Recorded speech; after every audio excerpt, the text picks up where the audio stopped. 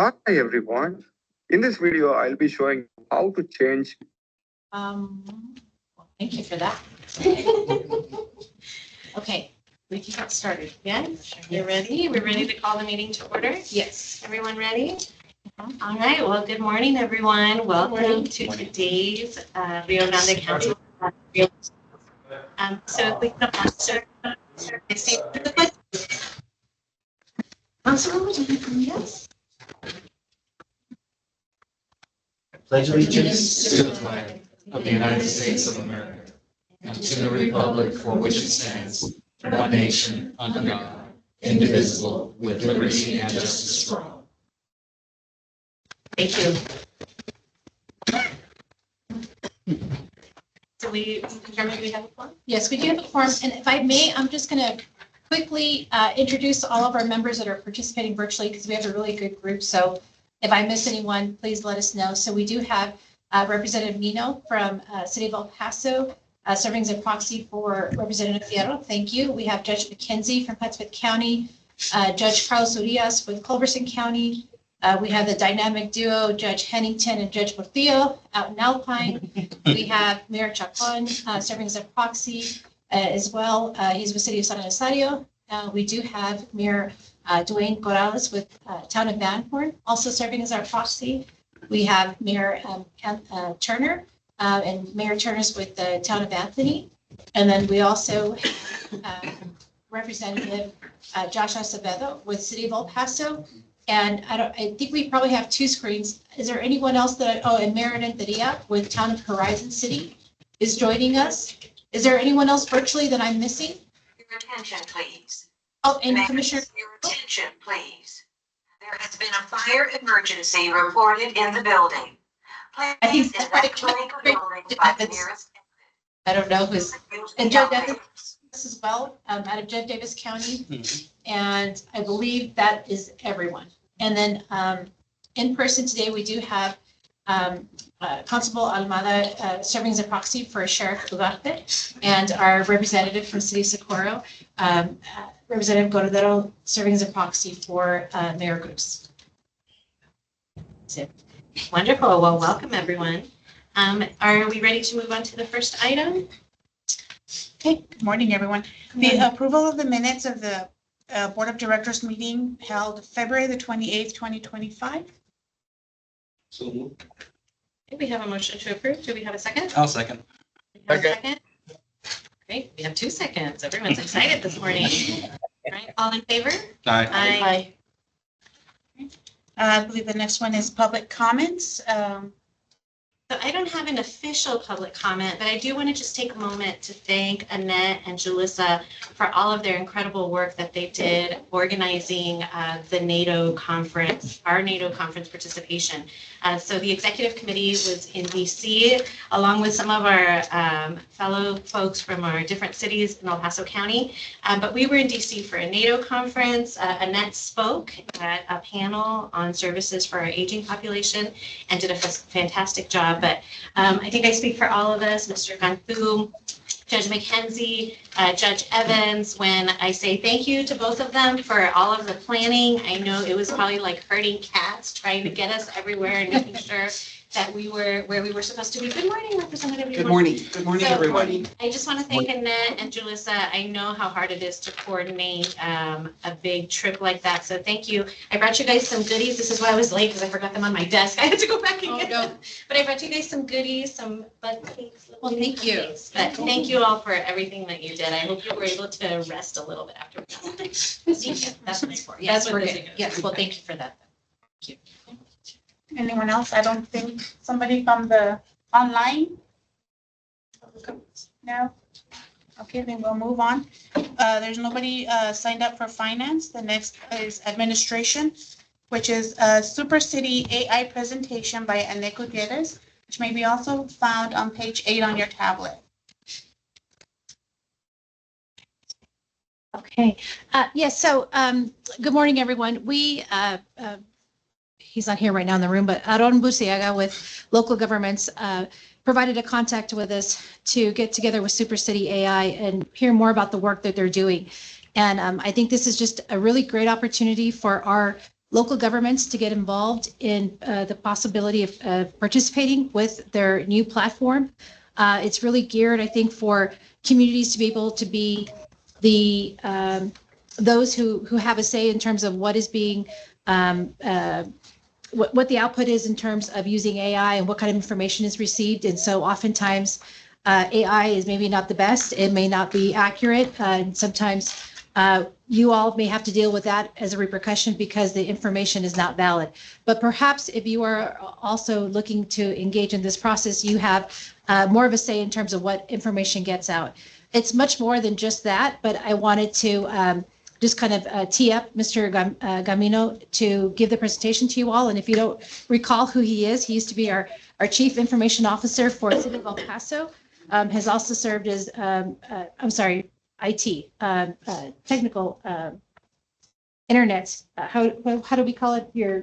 Your position title with the City of El Paso? I said it Chief wrong. Information Officer. No, CIO is right. Okay, so I said it right. But after City of El Paso, he moved over to New York. He's also worked in San Francisco, and now him as well as his colleagues are creating this new platform called Super City AI. And so I will stop talking now and give the floor to Mr. Gambino. All right. Thank you all for the time. Appreciate the opportunity to share with you what we're doing. And thank you for the introduction. A little bit of background beyond what was shared because it feeds into why we're doing what we're doing and why we're doing it here. So I'm a native El Paso and I grew up here, went to high school here. I can tell you which high school later because I know everyone's asking. I graduated from UTEP. I had a couple of startups here in El Paso. I exited those. One of them still exists and delivers IT service to the region. And then I got talked into doing good. I was on a little break and Joyce Wilson at the time was city manager. And she said, Miguel, it's about time you use your technology skills for something meaningful. And so that's how I got into the city. I was the CIO for the city of El Paso for about 3 years. At that time, I worked very closely with Joyce and Carmen, who was the CFO at the time. Veronica Escobar, who was the county judge. We did a bunch of things with the county. So we were all about trying to collaborate across city and county jurisdictions and deliver better service to the public. That was kind of the mantra. I got recruited to San Francisco. I was CIO in the city of San Francisco, city and county, and then CTO in New York City. Then I went to the private sector at MasterCard and built a global government business there. That's not to tell you about me, it's just to tell you about how we got here. Because that combination of kind of the startup experience, a good, I call it my 2 terms, about 8 years in government across those different cities, I realized that the issues faced in El Paso were very similar to the issues faced in San Francisco, and very similar to the issues faced in New York, whether you believe it or not. The only difference was you just added zeros to the budget and you added zeros to the people impacted. But the core issues were fundamentally the same. And then at MasterCard, I understood the role that the private sector could and should play in, of course, being a going concern, as accountants say, a profitable business, but doing that in a way that delivers good. And the CEO at MasterCard at the time taught me you can do well by doing good. So all of that as a background to what we're doing today. So I'm joined with my co-founders, David Lara and Nico Dubovsky. David also served in government. He was the chief administrative officer for the city of New York when I was the CTO. Worked for Governor Cuomo before that, worked in DC a bit before that. And Nico's been on the private sector side in the startup world trying to serve local governments for many years. So that's, again, it's not so much a bio, but it's the DNA of what we're going to show you. Why we're doing this is the culmination of that story that I just told you. So we realized that AI was emerging and developing, but there was a lot of anxiety. As a former CTO or CIO, I could see that the want to use the best technology, the newest things, to deliver better service and drive efficiency and effectiveness to the government, and also match, frankly, the experience that consumers are having in every other part of their life, right? They're getting AI help with legal advice and accounting advice and everything else. And where's the government version of that? And the issue is things like GPT. Everyone in here has probably heard of ChatGPT. There's nothing wrong with it. It's a great tool. I use it every day. The problem in this context is you don't have any control over how it finds the answers to questions that people are asking. So we experimented with it, and we found that it was sometimes telling you that the mayor was the last mayor because it was referencing outdated information. Admittedly, it's gotten better since then. But again, the governments have no control over it. You're just party to whatever developments they do. So that was fundamentally what we were trying to fix on our chat. So I'll get into that in a bit, and I know I only have a few minutes, so I'm going to get to the punchline soon. We also wanted to use, that's where AI tool kind of faces the public. That's where people see it and feel it and interact with it. But there's a whole bunch of AI tools. Frankly, AI has been around for decades. The public didn't realize it until ChatGPT. But there are AI tools that work behind the scenes that can and should be helping make things better. And so we use a bunch of tools like that to streamline those processes. The net of it is our mission is to remove friction for the public without adding friction to the government. So we don't have to integrate with your IT systems. It's free. Everything I'm going to describe to you today is no charge to the governments. It's free to the users. We have a whole payments element that makes paying bills and fines and fees extremely easy. We believe that it's so much better. People will be willing to pay another 25 cents or $2 for that convenience, and that's where we earn our money. So everything clear and on the table. There's no purchase order required. It's not that kind of conversation. Our conversations with the cities and the municipalities, towns, counties, etc., is to partner. What we need from the governments is the partnership to the community so that people know we're not just some tech company trying to adjunct the government, that we're actually partnered with the government to deliver this improvement in an official, compliant, secure, and accurate way. So that's the big picture. If I can. So what we do in version 1, which is, I'll also tell you, this is hitting the App Store probably Monday. It's not you'll be able to download it, but we're not publicizing it. We've been testing it. It hits the App Store. And then we have a big public launch scheduled in El Paso, April 26th. We're hosting a little concert at the Elmont. It's like a pool thing. That's gotten a lot of attention. So we're very excited that we're going to get this in front of a lot of people on the public-facing side very, very soon. We also need to make sure that we're engaged properly, and we pursue engagement not just with the city of El Paso, but more broadly with the region. I know that people live in one jurisdiction, work in another, go to school in another, just like lots of parts of the country. So we're excited to bring this opportunity to you and engage with as many of you on this as possible. I talked about the chat.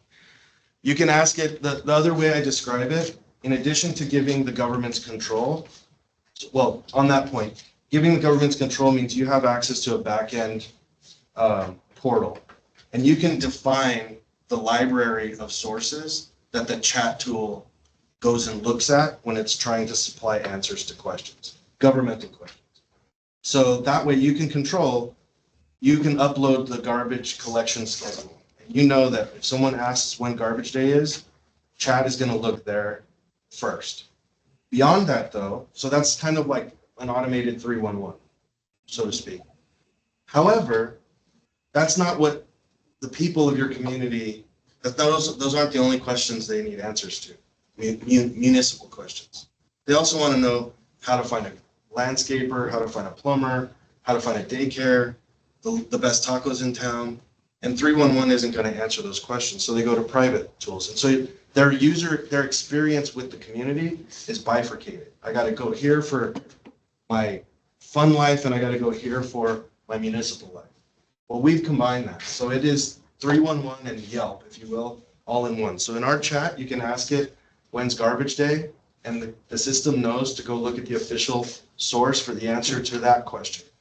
You can also ask it for the best tacos in town, and it will go find taco recommendations based on Yelp reviews and things like that. So it really becomes that one point of community information across all the elements of people's daily lives in that jurisdiction. In the future, you're going to be able to actually take action in it. So you can ask it how to pay a parking ticket, and then it's going to actually pay it for you in the chat. And it's going to use features that we already have built that are tappable. So today, you can also pay tickets, fees, fines, water, utility bills. We can ingest any bill that you want: taxes, business licenses and permits, fees, fines, utilities, rent, whatever. To us, it's just a document, it's just a bill.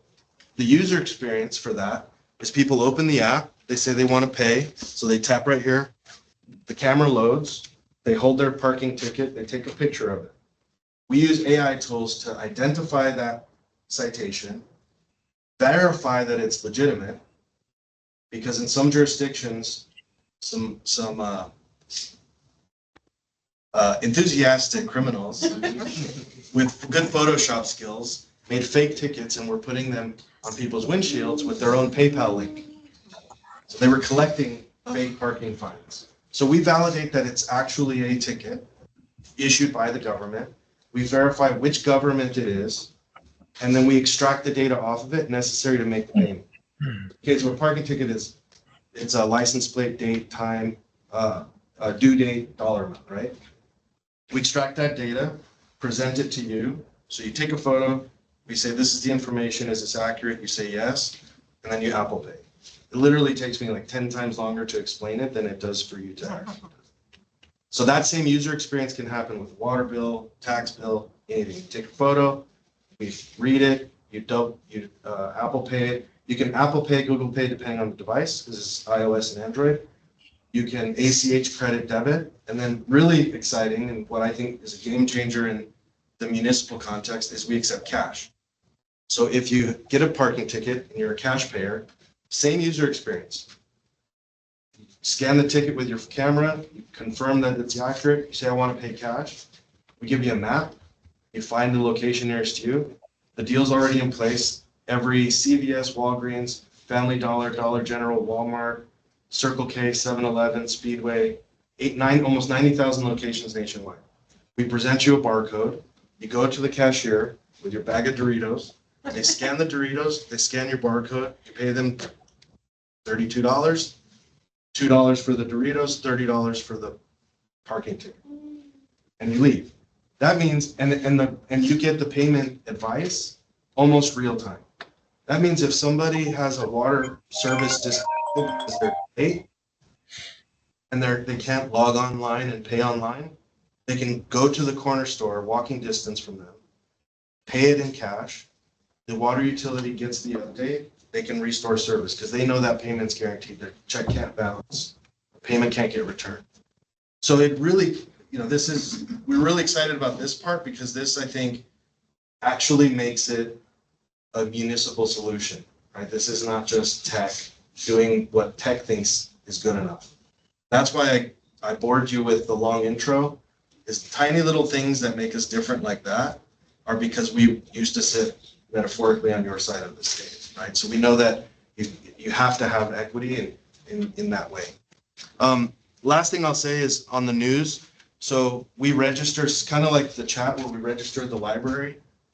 We register all the long list of outlets that you have. Every municipality has minimum of 5, maximum of 55 Twitter handles, right? Every department has their own. And as a member of the public, I don't know if I'm following the right one, the wrong one. You have websites, and this is self-deprecating. I used to manage the websites that had these press releases or important news buried 4 pages deep in a departmental website that nobody knows where it is. We find all those, categorize or catalog them, and we scrape those posts and bring them into one feed. So if people come into the app and they're in Horizon or El Paso or Las Cruces, they're going to see a news feed that is all of those official sources and only those sources. This is not a social network. People can't post. People can't publish. People can't comment. It's not to mute them. It's that this is your official channel to the public and nothing but that.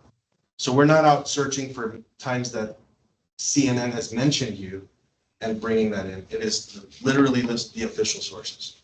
So that makes it better, that more digestible, if you will, for the public, because they don't have to find all those channels. And then at the top of the news screen are categories. So I can tap road closures, and I can see all the posts about road closures, whether they're posted by the streets department, the police department, the parks department, if it's a music festival, the building department, if it's construction. They all have kind of an element of street. And if I'm a member of the public and I'm only following the streets department, I might not get the full picture that I'm looking for. So you can filter through that by topic. This is about, again, when I was in charge, we used to build these websites, and everything we put out was organized by the way we saw the world. The org chart, the departments were listed, that's how I had to know which department was responsible for my question in order to find the answer. And this is about not forcing you to change that, because that makes sense for you. But to the public, they don't know who's responsible. In some cities, the streets department is responsible for that trash can, and the sanitation department is responsible for that trash can, just because one's on a curb and one's in a park or in another public right of way. Public doesn't care, right? They want that trash can fixed or want to comment on that particular issue. So we're facilitating all that. What's coming next is integrating with 311. So what you see here is reporting an issue. You're going to be able to take a photo of a pothole, report that pothole, we geolocate it. So it's kind of like payments, it's ridiculously easy for the public. We'll feed it into your 311 system. But we can use AI tools to help triage it. Everybody thinks a hole in the street is a pothole. If you talk to a road construction person, some of them are sinkholes. And there's a different department that has to respond to. Asphalt team can fill a pothole, road construction has to fill a sinkhole or fix a sinkhole. The member of the public, same story. They don't know, they don't care. Our AI tool will. So when they take a photo and they report it thinking it's a pothole, we'll look at it when we send it to you and say, it's actually a sinkhole. And we'll triage it to the right place that you tell us that's supposed to go. So just surface, but the point is we make it smarter. All of these things I'm describing to you, I hope, consistently kind of underscore that theme. All of these things remove friction for the public without adding any. Nothing I've described requires you to lift a finger except to partner with us to bring it to your community. We can integrate. We can integrate with your 311 ticketing system. We can integrate with your payment system if we collectively want to accomplish deeper data integration, different reporting, things like that, but we don't have to. So we're really excited about this, as I think it's going to help change the way that the public is interacting with their local government, bring transparency in a positive way, I think, by allowing them to surface issues, being able to respond to those issues, making sure that the news, the reliable sources for the news is readily available. And again, our business model is such that we're not seeking any funding or any purchase orders or anything from the government. We're just looking for partnerships. Would you mind, Miguel, just informing the board what partnerships you've been able to establish so far? So on the private side, on the technology side, we're partnered with AWS, we're partnered with NVIDIA on some of our AI tools. We're partnered with Pay Theory on our payments. Like I said, that extends to that whole payments network. So on the solution side, we kind of have the cream of the crop in our partner list. We're pursuing partnerships with other companies like Granicus and some that you're familiar with. They'll still be your vendor. We're not competing with them. We're just making it easier for people to interact with the systems that are there. On the governmental side, we're deep in conversation and a direction towards the plan to launch in El Paso, city of El Paso first. Actually, next week, we're meeting with the city of San Francisco, the city of Los Angeles. We're talking with New York, Miami, Chicago. But what's emerged in this scenario is, I think councils like this, we're not cherry picking the big cities. It's just it's the obvious place to go to get kind of saturation. But councils like this help us like land and expand, right? Making sure that the rest of the municipalities around those large centers are included in this conversation and this solution is made available to them. We don't care whether the municipality is, I live in El Paso, still have my house here, but I also live in Austin, outside of Austin. I live in a community called, it's the Village of the Hills. We have like 2,000 people. That works for us all the way to New York City with 8.5 or 9 million, whatever they're at these days. So we can scale big and small, but that's where we are and kind of where we're at. Does that answer? Yeah, I just wanted to, and if I may, Commissioner Holguin, I just think that this is just such a great opportunity for our region. Oftentimes, our area is not considered a launch site for most initiatives. And I think that, at least for myself, I have a level of comfort. Mr. Gamino's from El Paso. He knows the area. He knows what we represent, as well as our counties within the Council of Governments region. So I just think that there's really great opportunities for all of you in one way or another. I had asked the question, well, if you're going to be paying parking tickets through this app, maybe there's going to be a reduction in force because you don't need as many cashiers. And so we're kind of going to that mode where we're losing workforce. But then Miguel pointed out to me, no, the potential is that maybe those individuals can be used for other functions than the cashier services. So it'll just give maybe you all an opportunity to maybe utilize your employees to a higher level than you are now. And if any of you are struggling with finding employees to man functions such as any kind of cashier requirements, this could be a venue for you where you can still take care of it and you're able to get the revenue that you need. So I was even thinking that for whatever reason, oftentimes, I mean, I myself, I'm sure others have as well, where, oh, I need to pay that bill. So there it is at 12 o'clock at night and you're taking the picture and you're making the payment and you paid your taxes for the house. How great is that?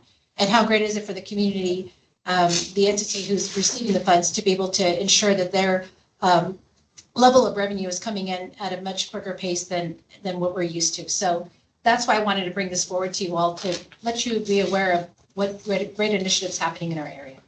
And if I may, sorry, was there a question? I think Representative. I just wanted to comment. It's always good to see you, Miguel. Thank you. We started off in the city, or I started in the city, and you were there briefly, and you have just expanded incredibly. It's always good to see you. What a great concept. Mhm. I had the opportunity to attend a recent AI conference here in El Paso that is going to shoot off and also possibly have a summit in the summer. I think that you need to be a key player in that That'd be presentation. fantastic. I'm absolutely overwhelmed with great joy at the positive use of this new tool for our city. My question to you is, do you have a one-page or will you have a one-page flyer, both in English and Spanish, that I can use in my community meetings to share with constituents? 100%. My next meeting is on April 30th, and I think this is really good that I can do. I won't be able to do what you have done in a presentation, but anything that I can share with them, and perhaps also have the QR codes where they can just scan it and then be active. I think that would be a great idea. Yeah, no, we'll put something together specifically for you for that. And congratulations. Thank you. I appreciate that. I'm embarrassed, but Don't be embarrassed. Take it all in. Take it all in. I'll tell you, so if I may, just one more thing. Yeah, a lot of things don't get launched in El Paso, but things should. And I just have the benefit of having been here to know that. And my co-founders do now too. Eventually we're gonna have to make them honorary El Pasoans because Yes. they do know all the best places to eat. But what I will say is we picked El Paso. Certainly I would say we are aware of El Paso in the region because of me, because of my history here, but that's not really the reason we picked El Paso. This is a positive thing. The El Paso is big enough to matter, especially when you look at the region. So it's big enough to be meaningful, but not too big to be unmanageable. If we started in New York, right? bilingual, but not multilingual. So it is English, Spanish. But if we went in New York, we'd have to come out of the gate with like 132 languages. So all of those things, right? And frankly, the support here from all of you, other people in the community has been absolutely tremendous. People are really excited about this. We closed our pre-seed round in like 6 months, oversubscribed by 50%. We were turning money away. And a lot of that was from El Paso. And when we came here, and I'm pitching it to El Paso, I wasn't even pitching it, I was talking to my friends about it. They were like, well, I want in. I went, wait, we're here having a drink or something. I'm just telling you what I'm doing. I wasn't inviting you to invest. But people got excited about it because they saw the connection they don't have to be in government to interact with government and find these meaningful elements for themselves. And every time we're on calls with global companies, just yesterday, and we're describing our solution to them because we're buying service from AWS. And the representative on the phone who lives in Iowa or whatever is like, wow, when can you come to my city? Because I just moved here and I couldn't figure out how to pay my water bill. Like the story is just like stacks of them. I say that just to say, number one, it's personal pride to me, but I think it's an opportunity to rally as a community to start this here, but it's not gonna end here. We're like, the people everywhere are very interested in this. The investor support is evidence that we have, like, our business fundamentals are sound.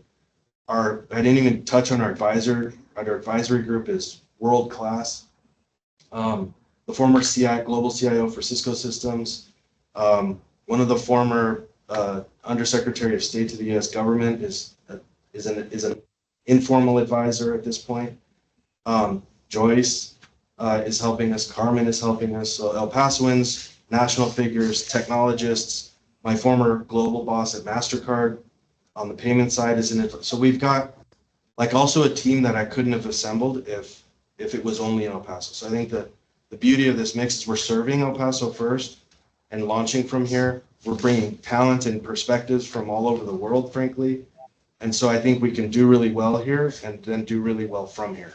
So I'm hopeful that we can get as many of you on board as possible so we can represent the whole community. And I know I'm way over time, I'm sorry. No, I want to make sure I understand. So for example, let's say you enter into a partnership with the city of El Paso. So you're streaming all of their information. You can interlink with their 311. But what about the city of Socorro? Would any of their information pop up, or would that be a separate agreement with the state or like the county? Because one of the biggest sources of confusion for people is that they don't understand the different levels of government. Yeah. So they have no idea that it's a county issue, or it's a city issue, or it's a city of Socorro issue. So would it be one for the entire region, and so you would pull information from all of us, or each individual municipality and county and our neighboring counties would need to have their own app, or how is? So yeah, actually, I'm glad you asked that question because I skipped. So it's one app, all cities. So you don't download a version for El Paso and then download a version for. So the same app that someone uses in El Paso is the same app they'll open when they land in LA or New York, or they drive to. So you'd pick the city. So we'll, if you allow us to see your location, we will suggest, oh, it looks like you're in El Paso now. We're gonna change your feed to El Paso. Looks like you landed in New York. We're gonna change your feed to New York. But you can manually follow, like you can say, no, I'm in El Paso, but I have a home in Austin and a home in wherever. I want to follow those cities, and then your news feed would be populated by all the jurisdictions you want to follow. So we can combine them. We give the user that choice. And ideally, it works best when everyone partners, right? For the user experience, 100%, yeah.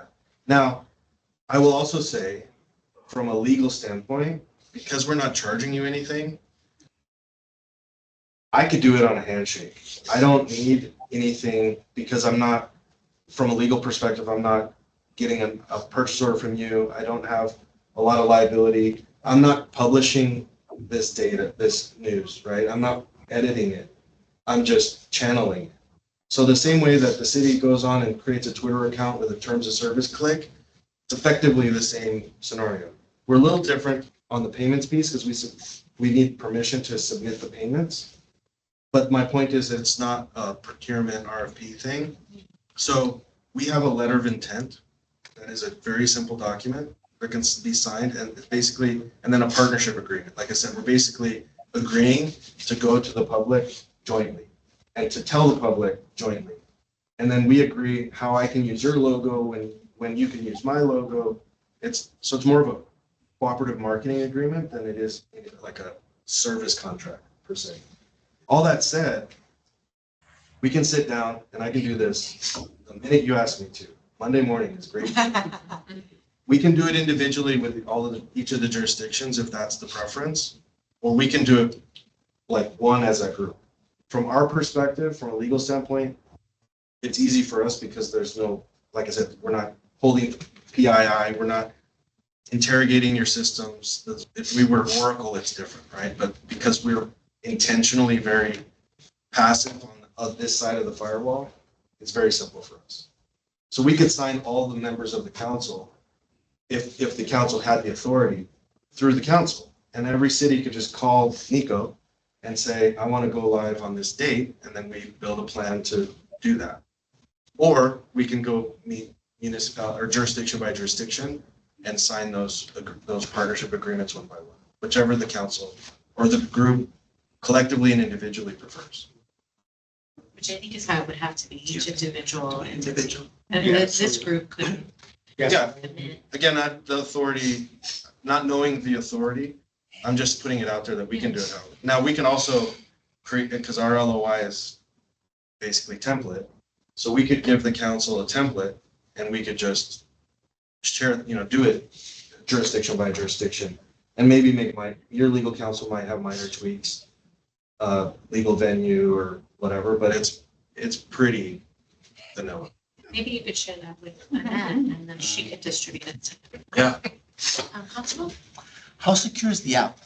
In other words, there's obviously just the governmental agencies that would agree in there, but I'm assuming other vendors, local, like I guess what other information you're extracting.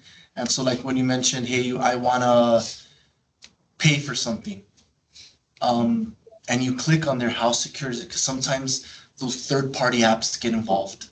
Yeah, so all of our technologies, it's sitting on AWS, government, basically US soil AWS infrastructure. It has all of those cybersecurity controls.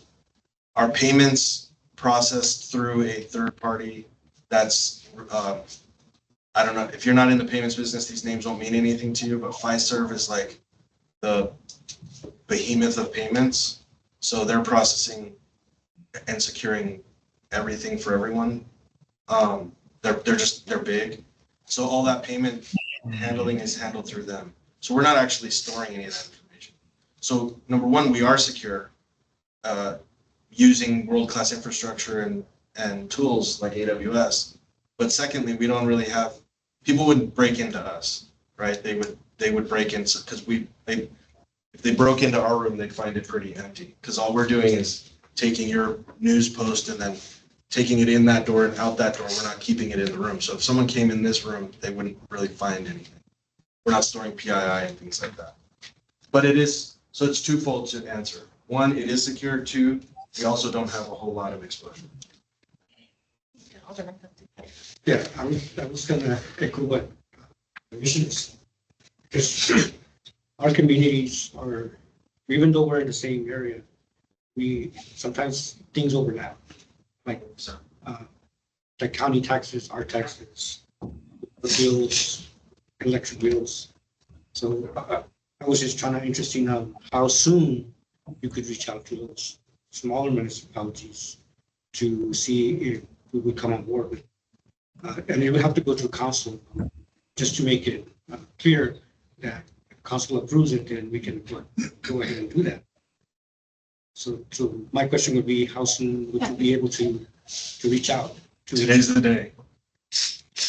if that's not too. Well, we definitely can be the venue for you all, so we can keep communication with Super AI and provide you all the templates and, That we that's will what. then take back to our governing bodies, our legal department, Yes. get it approved, and then we can bring it back to Lisa, to Annette, so that she can, I saw my settle it. So that Annette can kind of keep track on everyone who's signing up and maybe gentle reminders to those of us who haven't. Yes, yeah. So today's the beginning. Jokes aside, today was the beginning. Today was the day to introduce this concept to you.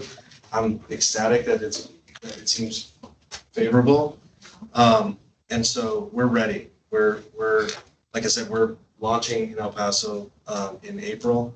I would love to have as many of the surrounding jurisdictions on board even prior to that launch, so that when we're messaging to the public, we're not just messaging El Paso, we can message the whole community, because we have a significant budget.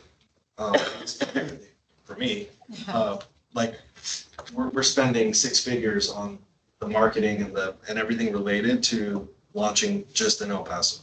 So we're full that lots of to see it. Yeah. Mayor Medina has a question. Yes, go ahead, Mayor. How are you doing, sir? Good. Nice to see you. We've been looking for a solution like this for probably about 6 to 8 months now for Horizon City. Now, my question is, and I do have a couple of suggestions for your app, so I'll get with you later on that one.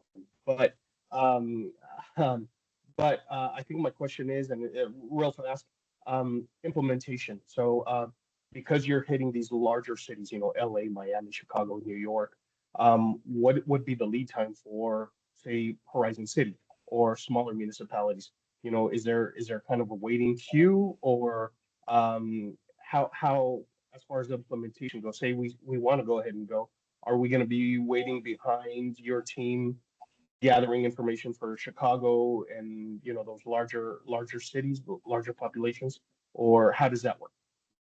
So thank you, Mayor, for the question, and I look forward to the suggestions. That means you're already thinking about the next step, which is great. To answer your question, so again, we're starting in El Paso first and focused here.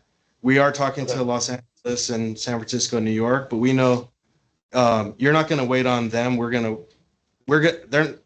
not going to make you wait. They're going to make us wait, if that makes sense. So we're focused on El Paso. If the city of Horizon wants to go next, we want to prioritize all the jurisdictions in this region first.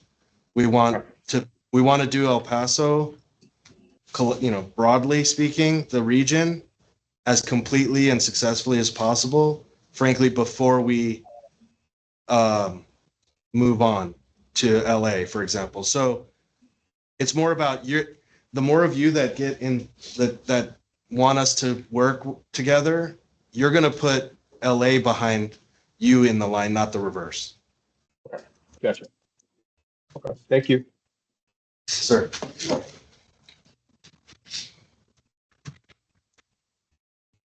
I know I'm way over time, but I love the questions. I appreciate all the time. So I just another kind of follow-up question. So you said, like if we land in El Paso, the app will say, "We notice you're in El Paso," and the feed will change to El Paso. Is that true as you're driving through different communities too? Like say you start your morning in Anthony and you end up in Horizon.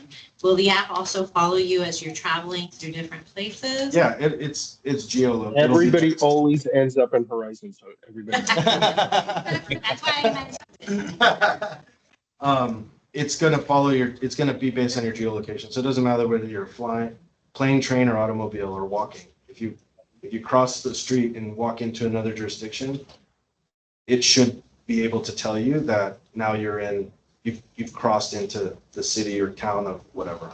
And can it say the region of, so instead of, we noticed you're in the city of El Paso, but like the region of El Paso. So I'm afraid city, people aren't going to think of other places. Yeah, no, that's a great question. That actually leads me to another last comment I wanted to tell you. That's a great suggestion. We'll take that back and figure out a way to present the regional view to people while also making sure they know which municipality they're talking to. For example, in the chat, right? So if you're not chatting with Super City, you're chatting with El Paso or Horizon or whatever, right? So we'll take that back and figure out how to, from a user experience perspective, how to let them know they're living regionally, but they're interacting maybe like specifically. We'll take that back. But that's the last thing I was going to say is when I was talking about launching in El Paso, the other opportunity is, as the mayor of Horizon said, and you're suggesting already, like we're also in the mode where we can take input, right? Like this is, you can help us to some extent, you can help us build it the way you'd like it to be built, So right? that was actually Chief Esparza who texted me. I didn't even know he was watching. I don't even know where he is. He's somewhere, but he knows the conversation we're having. So that was Chief Esparza's question. Yeah, it freaked me out. I was like, oh, there he is. There he is. Thanks, Chief. And that was a great question because I was thinking the same thing about the Tri-County area. You got Marfa population 1,700, Alpine 5,000 people, Presidio 4,000. So say someone's in Marfa and they're like there for spring break. Yeah. Things to do or what's open, what's closed and so forth, how to pay this. So it would be like also beneficial for, of course, the citizens of that area, but people, as we said, traveling 100%. to see what's in the go around of that desolate area that has maybe 15, 20,000 people, but a large area. Yeah, 100%. And that's absolutely the way we've been thinking about it all along is there's people that live, work, and play regionally, and then there's also tourism, right? And whether it's business or leisure. It's also, I'll just underscore what I mentioned before, it's one app, all cities in the country and also globally. So not to, for no reason, but to just express that specifically, we're in conversations with countries in Europe, countries in the Middle East. Mexico's probably next. We have cities teed up in Mexico, South America. So ultimately, our vision is that it's super city everywhere in the world, which means a few things. If and ever they land here to visit or to move here or whatever, if they've ever paid a parking ticket in LA or in Dubai, they know how to pay a parking ticket in El Paso because the user experience is effectively the same. Mm-hmm. So there's no retraining. They don't have to download another app. Like every city I go to, so this isn't shade on El Paso, every city I go to, I have to download a new app to pay a parking ticket. Every time. Yeah. And I might only be in that city once. And so the law enforcement in the room can plug their ears. You know what happens? I don't. Mm-hmm. I'm like, I'll get the ticket. And then you know what happens? I come back to my car and I didn't get a ticket. So you lost revenue. And it wasn't because I didn't want to pay. It was just too hard, right? I had to download an app that I was going to use once, or I had to find quarters that I don't have. So it's also a user experience, right? Making it easy, but also making it consistent and universal that I think has a power that I don't think, like, we kind of understand it, but I think when we start seeing it, people visit and they're able to interact with the city with something already on their phone. It's I think going to change that dynamic. And so and then in the future, what it also lends itself to is you can market to each other. So you can have cooperative agreements. Even we can facilitate. We talk about it. When we get to scale, we'll execute it or explore it further. There's no reason that Marfa can't have a deal with New York to promote Marfa to people on Super City in New York City, right? There's a festival coming up in Marfa. You know, people who are interested in that, you should consider coming to Marfa. You'll have to fly through El Paso. So while you're there, you can imagine, like, now you can also double down on each other. So that I think we can end up facilitating even marketing partnerships among the municipalities, right? Because they're all going to be one user base and one app platform that you can reach to. Again, appropriateness being a given, like it has to be all on the up and up, and the cooperative agreements have to be in place. But from a technical perspective, I can let you market to Chicagoans or to Los Angeles or to New Yorkers, right? One more question. One more question, and maybe even a suggestion, Where are those tickets to you? right? That was a fictitious story. You know nothing about I thought that. you were gonna say you have a lot of parking tickets. I'm like, well, okay, what's going on? with I have a funny, that? I have a joke about that. We'll speak outside. Yeah. And I'm just thinking about my parents, for example. It took me forever to show my dad how to send a text message. He fought me on it. So I'm just thinking about the accessibility. Is there perhaps a demo version, something that, you can show just like, hey, this is very accessible, or maybe even a link that, and again, I'm thinking about our senior citizens, that they can share like, hey, I have this app. I was able to fill prescriptions, whatever they may need, and let me share it with you. Because some people may just not know, they don't know how to, they're not tech savvy. Yeah. So we're producing some explainer videos, basically sort of educational and marketing content leading up to the launch. Because it's not just senior citizens, it's all sorts of people that, senior citizens might have one education gap here. Young people have another, they have an attention gap, right? They're like, that's with the city, what? I don't. So we need to explain to multiple audiences the value and how to use it. And we're thinking about the accessibility piece, and that, for example, in the chat, being able to just talk to it, just ask the question instead of type the question, those sorts of things.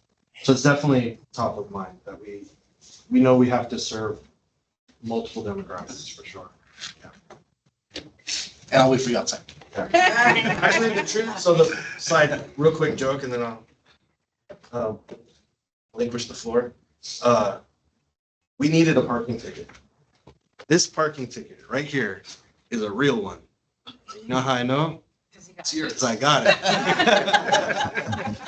We needed a sample and we couldn't get a sample, so we left the car downtown until we got a ticket. That's how committed we are to. We don't wait around, we get things done. The question is, did you pay it? 100%, of course. Thank you very much. Thank you so much. Thank you so much. We'll follow up with the version of the deck, with the sample letter of intent, contact information. Then we can work through you to set the follow-ups or whatever. But we'll work as fast as you want to work. We'll follow up with the City of Horizon for sure. And yeah, thank you so much for the time and attention and all the questions, and even I got free suggestions out of it. Thank you. Thank you very much. Thank you. Thank you. Thank you. Moving on to regional services. Yes. Earth Day Month, Tuesday, April 22nd, Oh, thank you. 2025, by Marisa Quintanilla. Right. Good morning, Board of Directors. Our next agenda item is in regards to designating a resolution to recognize Tuesday, April 22nd, 2025 as Earth Day.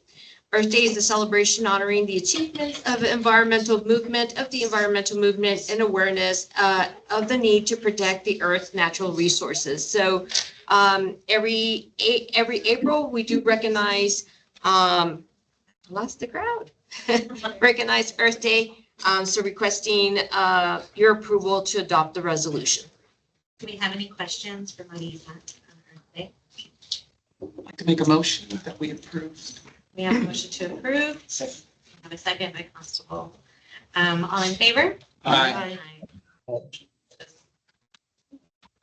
Agenda item 6.2, also found on page 11 on your tablet. Fiscal year 2026 State Homeland Security Program Regional Priority Listing by Salvador Sáenz. Thank you, Ms. Judy. Hi, good morning, Board of Directors. My name is Del Rede. I serve as a Regional Services Specialist for the Regional Services Division under the direction of Ms. Marisa Quintanilla. It is an honor to introduce myself and to provide an update of our recent activities. In early March, we convened the First Responders Preparedness Planning Group to review, score, and prioritize applications for the fiscal year 2026 State Homeland Security Program A total of 14 applications were assessed by the group. The total amount requested under the regular category is $2.2 million, and the amount requested under the LEPA category is $348,000. Can you explain the difference between the two categories? Yep. So there's two fund sources. One is regular Homeland Security funding, and the other one, 35% of our total regional allocation has to be specialized for law enforcement activities. So you're talking about your bomb teams, your SWAT teams, so those are your fusion center. Those are your recognized and approved law enforcement activities. So that's the That's the LEPA, the law enforcement terrorism prevention activities. perfect. Okay. However, the state has informed us that the fiscal year 2025 allocation is $850,000, which we must work within. Today, we are seeking the board's approval to authorize the Rio Grande Council of Government to submit the fiscal year 2026 State Homeland Security Program Regional list and the resolution to the Public Safety Office, Homeland Security Grants Division, Office of the Governor. At this time, I would like to acknowledge the presence of our chairperson, Chief Esparza, and the vice chairperson, the Honorable Judge Pennington, and invite them to share their insights. Good morning, everyone. Good morning. Do you have any questions that I can answer? Behind your agenda item, you do have the priority listing, and you can see the all 14 applicants. And you can also see the ask amount from each of the applicants, as well as the recommended amount from the committee. And then you also have the comments that are to be provided to the PSO when making their final funding decision. We do not have a regional budget expectation amount for 26. We were advised to use the amount that Sal mentioned, which was the 850,000 as the current funding allocation. So we really don't know where we stand at this point, but we're moving forward with that 850,000, of which 35% has to be spent on law enforcement activities. Now, depending on the allocation that each COG receives, there's certain requirements. So they might be, and the requirements are to go ahead and fulfill some of the national priority areas, which there was 3. Community preparedness is 1. The second one is intelligence and information sharing. And the third is the soft target. Soft target crowded places. And if y'all remember what happened in Louisiana and New Orleans, is actually to go ahead and get some barriers to be able to protect events or people from when they have those large events.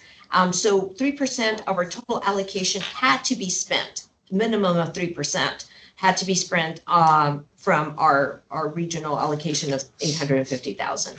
So I believe on the spreadsheet, you'll see that the committee suggested that if other COG regions do not meet their national priority areas, that we're requesting that those funds be redirected to our region to be able to fund those projects at a full ask. The allocation amount gets smaller and smaller every year. Yes, and if you look at the priority listing, you have a historical regional allocation, and you can see that we were in the millions in like 1.1 or so, and then look at where we're at now throughout the years, we're at 850,000 for FY25. And if I may just, I think it's important to note in terms of the application with the second highest ranking is from the council governments, but that's to purchase equipment. Can you just talk a little bit about that when you said let them know what it is we're doing with that? Sure. So as if y'all remember in FY25, the committee directed the Council of Governments to submit an application for interoperable communications. So that the committee really wanted to make sure that not only they were committed to making sure that our region actually has the same type of features of radios throughout, and instead of just, piecemealing one jurisdiction after another jurisdiction in terms of getting subscriber units, your mobiles and your portables, or other communication infrastructure that we collaboratively kind of pull everybody together and say, okay, let's see how many subscribers do we need? What type of infrastructure, communication infrastructure we need? And that was a series of grants that were submitted in 25 from Congresswoman Escobar's funding opportunities, as well as Congressman Gonzalez, as well as this SHSP dollars. And so the committee for 26 directed us to go ahead and submit another application for the continuation to acquire subscriber units.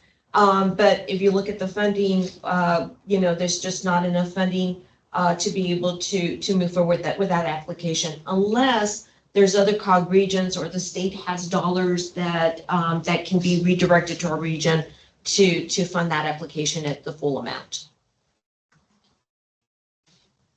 Any other questions? And so as a summary, Yes, ma'am. applicants 3, 4, 7, 10, and 11 are the ones that are fully funded as their application came in. Yes, that's correct. And then there's some that receive partial funding. Right. Right. Okay. All right. Thank you. Any other questions? Can I have a motion to authorize the submission of the fiscal year 2026 HS State Homeland Security Program Regional Priority List and Resolution? So moved. So moved. We have a motion and a second. All in favor? Aye. Motion passes. Thank you. Okay, so I'm going to briefly just update you all under Executive Director's report, but before I do that, I just wanted to say thank you to Sal. Sal, you did a great job. Thank you. Thank you. You'll be seeing more of Sal. Thank you. So just wanted to piggyback off of the public comments from Commissioner Olguin with our trip to DC. A lot of the communication was essentially, we don't know. It's up in the air. We have to wait and see how things pan out. And so it was great information going off of what they think will happen or going off of what has happened previously and how these programs can be beneficial to our communities. So we're still very much in the dark in terms of how we move forward. But we did hear from Congressman Gonzalez through a meeting that we had set up with him in terms of if you see funding that's available, apply for it. He said, you've got to be as aggressive as you can. He couldn't tell us which programs were going to be coming off, which ones are coming on. I think the other thing that's a concern to many of us is the 25 community project funding applications. As of that moment in time where we're with him, those are not included in the continuing resolution. Yes, continuing resolution. So there is concern that maybe those programs that have been sponsored by our Congress people may not be funded in 25. However, Congressman Gonzalez's office, and I'll send that email out to you all, they have already set up the portal for 26 applications. And so we still need to get word whether we would need to reapply or they would accept the project that was submitted previously. So that's something that we will ask for clarification. But before I conclude, just wanted to ask if Commissioner Olguin or Alderman Cantu or Judge McKenzie or Judge Evans wanted to say anything else about the trip in terms of information to relay to our board. So Congressman Gonzalez did say that there was a small chance that the Senate side of the funding bill could potentially add in some of this funding, but it sounded like that really is not very plausible. So for all practical purposes, it sounds like the projects that were selected in 25 are not going to be funded, but he said for himself personally, those would become priorities for 26 funding. And he did seem pretty sure that there would be funding in 26, but of course, that's just what he's thinking now. We don't know what will actually happen in 26. And we do know that Socorro has a community project funding submission for communications that was selected by Congressman Gonzalez. In Hudspeth County, an agri center also was selected. City of El Paso, their fire station near Fort Bliss was another one. I think he had said 3, and then San Aniversario was also for community center. So there's 4 projects in our COG region that will potentially be affected by this. Just on Congressman Gonzalez's side. Yes, and then on Congresswoman Escobar's side, we have an application in for communications at 1.7 million. So that, you know, there's going to be a significant void if the funding doesn't become available for that as well. He did say that he does want us to flag with his office if we're seeing issues with certain grants, getting responses from the agencies, not getting reimbursement payments. So he did ask us to communicate with Ben Shipke. I'm not sure if everyone has Ben's email address. He was previously the district director here in here at the county, and now he's in the Washington DC office, but we can share his email as well. So the congressman did say for us to flag issues with Ben. And Ben just received a promotion. He is now I believe, a legislative analyst, so he just got promoted. Okay. Good. I'd just like to say that overall, the trip was very educational. We did hear from a lot of people. Talking to the congressman was actually beneficial to actually one-on-one, right? Because usually we're talking with their staff. And this was very, very good to be able to make that connection. So he understands who we are as individuals, as communities, and as she told us, keep applying for anything. And for those projects that are still not sure what's going to happen, that they could possibly bring them back in 26, which I recommend if you do have those in plan to continue to follow up on those.